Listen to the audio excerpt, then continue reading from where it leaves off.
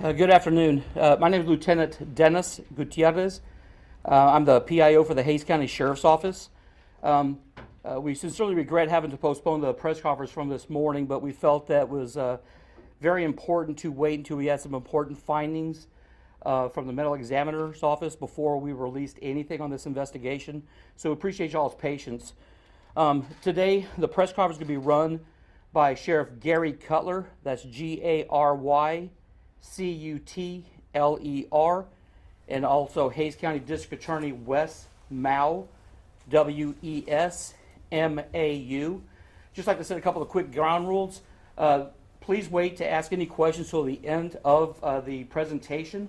At the end, we're going to open it up for questions, for a few questions, and then we will have a written copy of an updated press release as well as pictures of both of the victims and the suspect, and we will be sending this out electronically as well. So at this time, I'd like to introduce Sheriff Gary Cutler. Thank you, Dennis. Evening, ladies and gentlemen. It's a cold day across Central Texas here, and it's a cold day here in Hays County, because our hearts are heavy here today with the loss of a beautiful 5-year-old girl yesterday. We'll go over a few of the details of it, and I'll turn it over to our district attorney. He'll discuss the charges that have been filed. About the 12:51 p.m. yesterday afternoon, our communications center received a 911 call from a male subject stating that he was a victim of a stabbing. They responded to the 200 block of Willow Terrace, which is the east side of our county in the Green Pastures area. As patrol arrived and started their initial investigation at the scene, they met with the individual who had multiple stab wounds, informed us that a female inside a trailer there, also with a small child, was responsible for his injuries. As they continued to do the investigation there at the scene and collected information, the decision was made to call out the SWAT team to make entry to this trailer. SWAT team arrived and made entry. As they did, they took a female subject into custody and also found a 5-year-old child deceased in the trailer. The autopsy was performed today.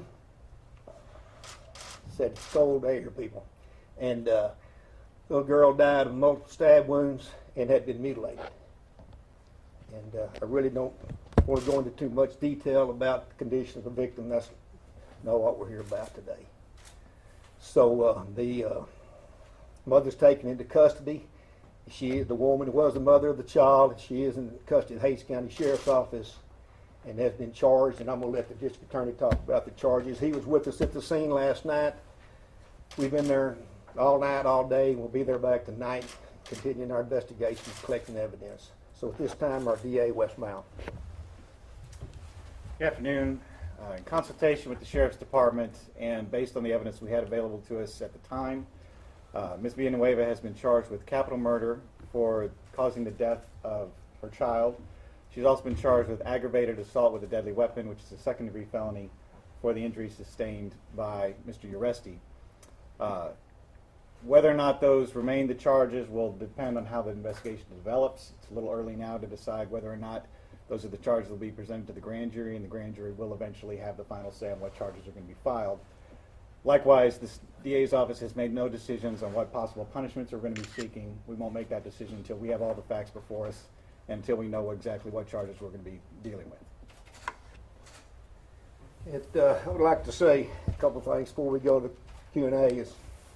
I've been in this line of work over 43 years, 11 years as a homicide detective up in Travis. This is one of the worst cases I've ever seen, I've been a part of. It's probably the most horrific cases in the history of Hays County. It's very sad. So this time we'll take some of your questions. Were drugs or alcohol a factor in this?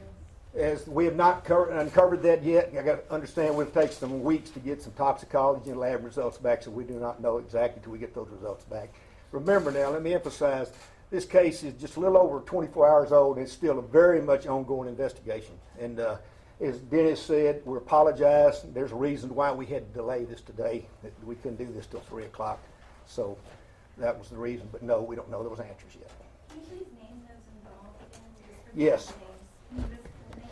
We will have pictures for you. The mother charged is Crystal Villanueva. She's a 24-year-old Hispanic female. We'll provide you pictures of that. She has been charged. And the victim in the case is Giovanna Hernandez, the 5-year-old victim in the case. Do you mind spelling that? First name is Giovanna, and last name Hernandez. Do you have a date of birth for the victim? I do not have a date of birth that she's 5 years old. And the man who was stabbed, what was his relation? He is, the man that was stabbed is the father-in-law of the mother. Do you know the living relationship? Was that the parents' house? Was that her house? Who all lived in the home? We do know that the suspect in the case, now defendant, had just moved in about a week ago. That's still part of the ongoing investigation. Has she talked to investigators or indicated any? Yes, there has been some interviews, but like I said, we're 24 hours deep into this and still a lot of interviewing taking place. Do you believe the murder took place yesterday, or was there any reason to believe that it happened a while ago, or Oh, no, we feel like it definitely happened yesterday, yes. during the altercation with the older gentleman? Yes, probably before he received his injuries. Do you have a report on his condition? Do what now? The man who was stabbed. his He was condition? treated and released, treated in the hospital and released. Did that man know anything about the little girl? Did he tell you anything? Yes, he has been interviewed, and that's ongoing also. Do we know what led up to this? No, not at this time. Did Hays County law enforcement have any history in dealing with the suspect, the defendant? They've had some minor issues with law enforcement in the past, and we have only had really one call at that residence, but the suspect has had some minor issues with law enforcement in the past, nothing really major issues. Does the suspect have any other children or any other family members who may have been in the home at the time? No, not that we're aware of, no. So the mother does not have any other children? No, not that we're aware of, no. Was You there know any the other where- people living at the trailer? Yes, there were people in the trailer, like I said, she's only been there a week, and all that's still under But nobody investigation. else was home at that time? No, just him and the father-in-law. Any, Her and the father-in-law. any whereabouts of the father of the child? Yes, he's in the area, yes. She appears We've to been be in contact with him. She appears to be almost smirking in her mugshot. I mean, what was her mindset when she was arrested?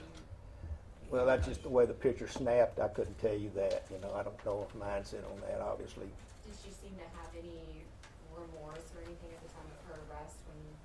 Well, I'd rather not go into her at the time of the arrest or when she was booked in. Did she resist arrest or once detective showed up? Do what now? Did she resist arrest? No, she did not resist arrest. Where No. was the little girl going to school? She going to school? That's still under investigation. So y'all got the call at 12:53 p.m. What time did the SWAT team actually enter the residence and find the little girl dead? SWAT team, sometime before 2, the time the SWAT team got there, placed her staying under surveillance by officers. Numerous officers responded the entire time. Why did it take so long for law enforcement to get to the little girl?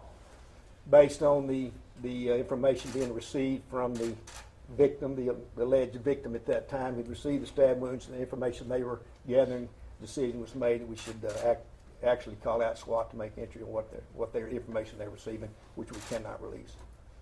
Was the only weapon a knife? We did recover a lot of evidence in that trailer, and like I said, we spent a lot of time there, and we did recover some knives, but I can't go into all our evidence. The road was still blocked off about an hour ago. What was some of the reasons for having that road blocked This is off? quite a crime scene. We will be there again tonight, and we've been there since over 24 hours now. So you can't just block off the home, have to block off the whole road? Well, there's reasons we're doing that because of canvassing the area and whatnot.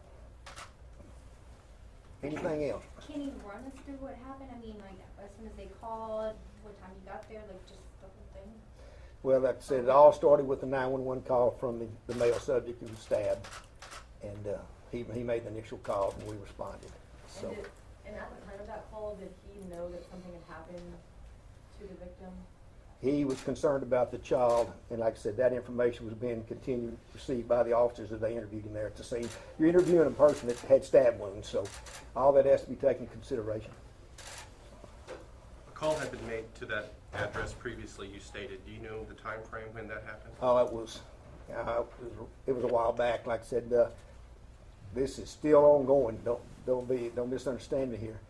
And it's still ongoing. And so she, to our information as of right now, she had only been there like a week, so all that's got to be researched. Was she employed? That's unknown yet. Anything else? Any idea about motive at all? Which that's all still under investigation. Yes, sir. All right, y'all. As I stated before, we do have a written copy of this updated press release. We do have copies of pictures here that we'll distribute at the back door. This will be sent out electronically within the next 3 to 4 minutes to your home offices. And so we appreciate all y'all being here. Again, like the sheriff says, it's a very tragic day for Hays County, and there's still a lot of legwork to do. If we do have any updates to this case, we will send them as we can. And again, this is a fluid investigation, so I can't promise anything within the next 24 to 48 hours. So again, thank you all very much for being here, and have a good day. Thank you.